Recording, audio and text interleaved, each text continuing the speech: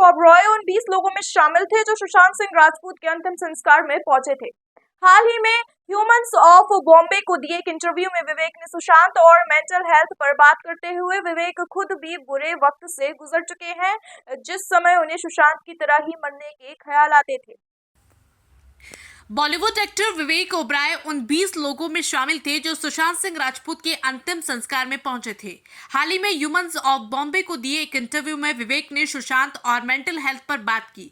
विवेक खुद भी बुरे वक्त से गुजर चुके हैं, जिस समय उन्हें सुशांत की तरह मरने के ख्याल आते थे। विवेक ओबराय ने इंटरव्यू में कहा कि मैं सुशांत से मिला था, वो एक अच्छा टैलेंटेड लड़का था। उसका जाना फिल्म इंडस्ट्री के लिए एक बड़ा नुकसान था। सच कहूं तो मेरी जिंदगी में भी एक बहुत डार्क फेज रहा, खासकर तब जब प्रोफेशनल से लेकर पर्सनल तक सब कुछ बुरा हो रहा था।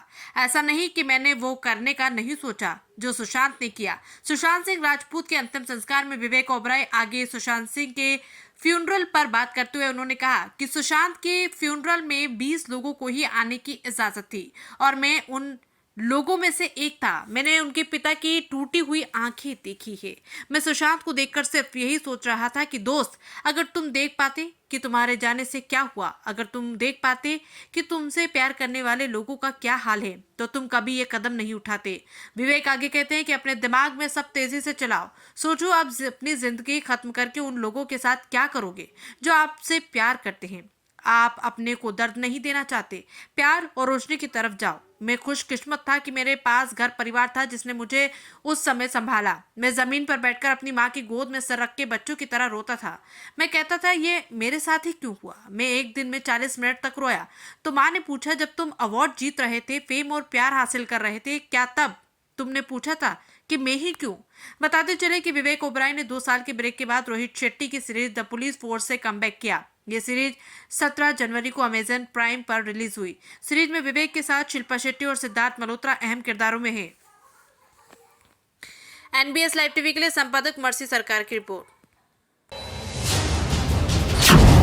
राजनीति से काम तक,